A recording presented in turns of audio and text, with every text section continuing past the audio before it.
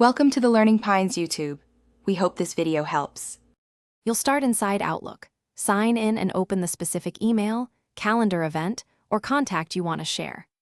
Once done, decide what to encode, a URL, a vCard, or a Teams/Zoom meeting link, because the format affects which generator settings to use.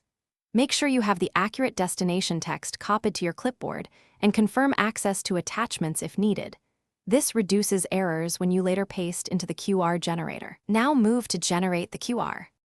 Open a reputable QR code generator in your browser and paste the destination you copied.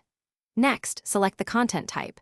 If it's a contact, use vCard. If a meeting, use the full join URL. Then set size and error correction.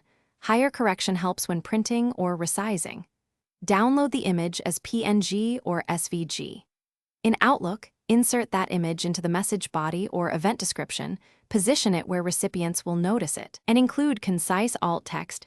Before sending, always test the QR on at least 2 devices and with different scanner apps to confirm it resolves correctly. Once satisfied, send a test email or update a test event and check how Outlook renders the image on mobile and desktop. If Outlook auto-compresses it, re-upload a larger image or use SVG. If scans fail, double-check the pasted destination for typos, regenerate with higher error correction, and clear Outlook cache or restart the app.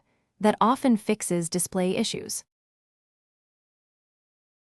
Thanks for watching. Consider subscribing if we helped you.